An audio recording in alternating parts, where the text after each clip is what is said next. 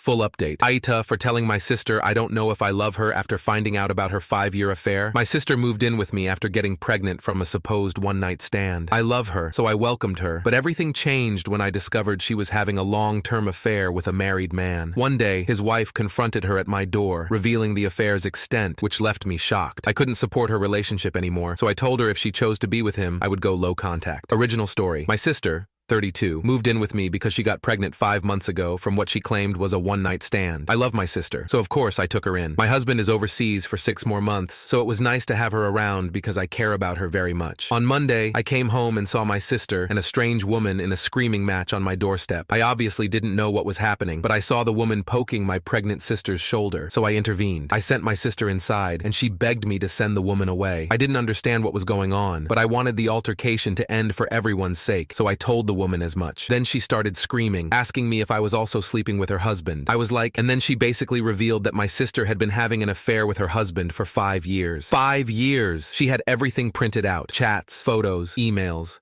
receipts. It was disturbing to see, and I didn't want to go through it all, but a few things were established. 1. My sister knew about his wife. She knew she was the mistress and liked it. 2. This woman was a stay-at-home mom to their 4 kids, one of whom has a severe disability from a car accident. 3. Her husband knew about my sister's pregnancy and even took her on a baby moon to celebrate it. 4. The affair had been going on the entire time, with my sister believing he would eventually leave his wife for her. 5. My sister had fully embraced the role of being the other woman and was emotionally invested in their relationship, despite his repeated lies about leaving his wife. I told the woman I was very sorry and that I obviously didn't know, but I asked her to leave because this wasn't going anywhere, and I didn't want the neighbors to call the police. She was furious, but gave me her number on a post-it, begging me not to let her husband stay at my house. I assured her that no man was stepping foot in my home. My sister was begging me not to believe the woman, calling her a vindictive ex-wife. I told her, all right then, let's look up the marriage online. Let's see if a motion for dissolution of marriage was ever submitted. We fought hard.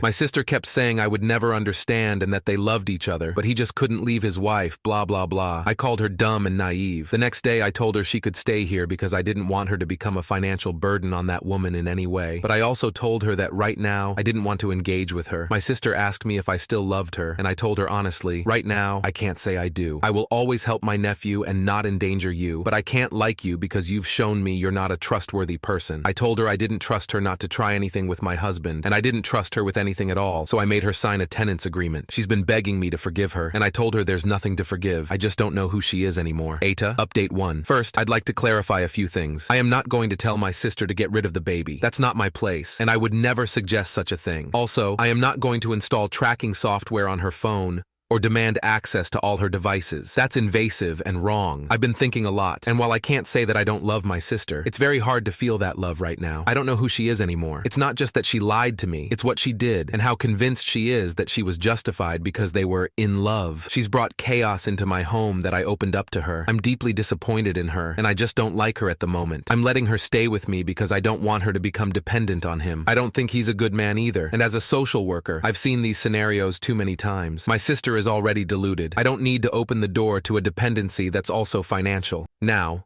on to the update. I haven't been punishing my sister, but I've been treating her like a roommate. This is driving her crazy. She's begging me to go back to how things were before, but I can't. I told her that I need time and that things can't just return to normal overnight. She tried to explain how it all happened. She admitted that she always knew he was married, but believed she could tell how unhappy he was and felt he deserved to be happy. They met at a bar a few weeks after his son's accident. He told her that his wife hadn't touched him since it happened and that he was about to explode. I asked her why she would involve herself with a married man, knowing the hurt it would cause. She said she wanted to be a wife and a good mom, and that included his kids. She had hoped he would divorce his wife so they could all move on and finally be happy together. I just stared at her, unable to comprehend how she could rationalize her actions. A few days later, he appeared at our house, claiming he had left his wife and wanted to be with my sister. I told him to leave immediately or I would call the police. My sister was furious with me, accusing me of ruining her chance at happiness. I made it clear to her, if he comes over again, I will evict her. She's free to date anyone she wants, but not under my roof. proof. I also told her that if she plans to have him around after the baby is born, she'll need to find her own place. Word has gotten around our community about the affair. While we were grocery shopping, a woman even spat on my sister. Many of her friends have cut ties with her, calling her a homewrecker. Some are married themselves and don't want her near their husbands. I haven't said "I told you so" even once. We unexpectedly ran into his wife at a local cafe. My sister wanted to apologize and suggested that maybe they could all have a good relationship for the sake of the kids. The wife laughed coldly and said, "You made your choices, now live with them. Don't expect me to make this easier for you." My sister is devastated and has been lying in bed ever since. I'm taking care of her physical needs, making sure she eats, stays hydrated, and attends her prenatal appointments, but I can't bring myself to comfort her emotionally. I just don't have it in me right now. Final update. My sister just won't stop talking about him. Every day, it's the same story. Their perfect future together, the apartment they're moving into, how everything will be great once his divorce is done. She's completely lost in this delusion, acting like none of the lies and betrayal matter. I can't stand it. She made him write me letters. Yes, actual letters. As if that's going to magically make me approve of him. She leaves them around the house, thinking that if I just read them, I'll suddenly understand how sorry he is and how much he loves her. I haven't responded to a single one. It's ridiculous. I told her over and over that I don't want anything to do with him, but she keeps pushing, as if she can wear me down. It's beyond frustrating. Then came the talk of moving in together. She sat me down and asked for my blessing, telling me how important it was to her that I support their relationship. She actually wanted me to meet him, to give him a chance. I couldn't believe what I was hearing. That's when I drew the line. I told her flat out, if she moves in with him, I'm done. I told her I would go low contact, that I wouldn't be part of their life, and that she's on her own if she goes through with this. If she wanted my support, she had to leave him. Full stop. For a moment, I thought she was finally getting it. She showed me screenshots from his ex-wife. The ex had pretended she wanted him back, and this guy fell for it immediately. He told her how much he missed her, how my sister was a mistake, how he wanted to fix things with his family. My sister was crushed. She came to me with the screenshots, crying, and I thought for a couple of days that maybe, just maybe, she would finally see him for who he really is. I was hopeful.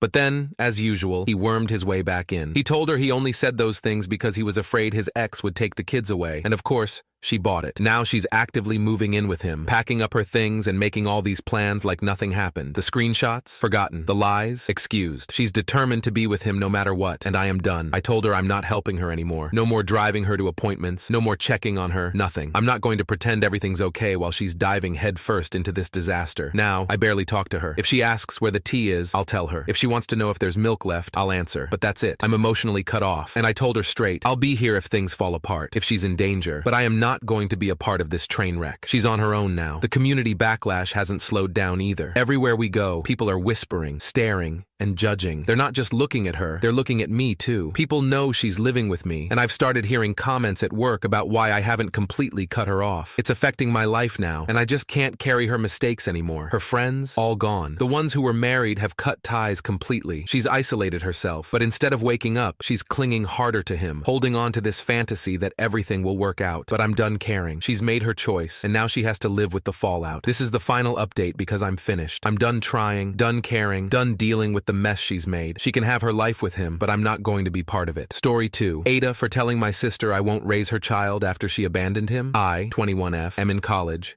working part-time, and barely keeping my life together as it is. My sister, 27F, who has always been more free-spirited than responsible, recently left her 4-year-old son with our parents and just disappeared. She quit her job, packed a bag, and went on some soul-searching trip, leaving no real explanation beyond a vague text saying she needed to find herself. Now, our parents are getting older, and taking care of a toddler full-time is wearing them down. They've been hinting that I should step up and help more. This has slowly turned into outright suggestions that I should take him in full-time, essentially becoming his guardian. I love my nephew, but I am not in a position to be anyone's mother right now. I have my studies, a tight budget, and no space for a child in my life. I told my parents and sister that while I can babysit here and there, I won't take full responsibility for him. I reminded them that he's her child, not mine. When my sister called, I finally confronted her. I told her she needed to figure out her situation and come back for her son. She got angry, accused me of abandoning family, and said I should step up since I'm the only one who has their life together. My parents parents are also upset with me. They think I'm being selfish and that I need to grow up and take on more responsibility for the sake of family. I feel guilty, but at the same time, it's not like I chose to have a child. AITA for standing my ground and refusing to become a full-time parent to my nephew. Should I just sacrifice my current life to help my family? Relevant comments. Commenter. Oh, that's rich. You're the one who's abandoning family? Ha! Tell her to look in the mirror. NTA. I feel so bad for the children in these situations. Please tell her to get her tubes tied so that she doesn't have any more free spirit pregnancies. Commenter. Girl, I just needed to read the first paragraph. Absolutely not. NTA. Taking a responsibility your sister doesn't know how to handle will just push you back. Don't even think on doing that. Keep studying, keep working, and keep doing the best you can. I know the kid might struggle, but if you take care of him, it'll be just two people struggling and nobody. It's gonna be fine. Do the best for yourself, fact the rest. Commenter. No, absolutely not. Your sister is more than likely the way she is because of being enabled by your parents. You do not owe her this harsh reality, but if she does not want him, it's on her. She can give up her parental rights. There are thousands of people who would love to adopt, and the neat thing is, if he is adopted, you can still be present in his life as an aunt, which is what you are. Don't let your parents and sister drag you into this. It's their mess.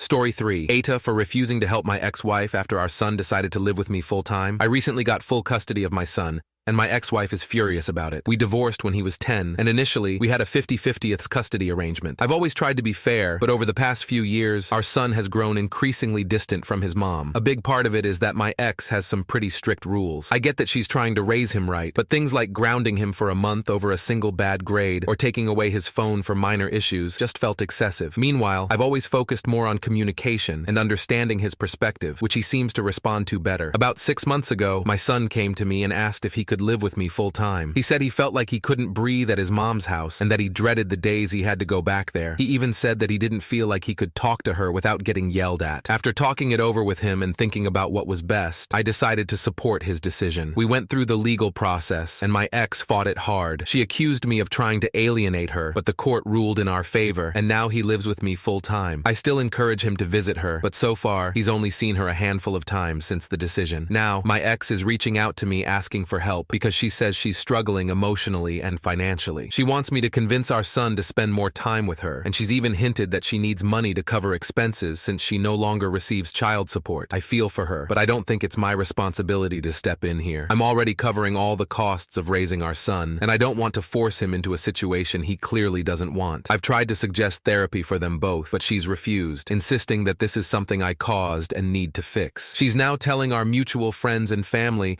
that I'm being cruel by abandoning her in her time of need. Some of them are taking her side, saying that I should do more to help her get back on her feet, especially financially. But I honestly don't think that's my problem anymore. Relevant comments. Commenter. She should be paying you child support, and tell her to downsize where she lives. She can get smaller place, etc. Anyone that says you should help financially say that your money is going to your son and thank you for volunteering to help her out since they want to get involved in a matter that has nothing to do with them. Commenter. NTA. If she is struggling financially because of no longer receiving child support when she no longer has costs associated to the child, then she wasn't using it all for the child as it should have been in the first place. Thank you so much for watching until the end. If you enjoyed our videos, please don't forget to like, share, and subscribe to stay updated with our latest ones. Have a great day.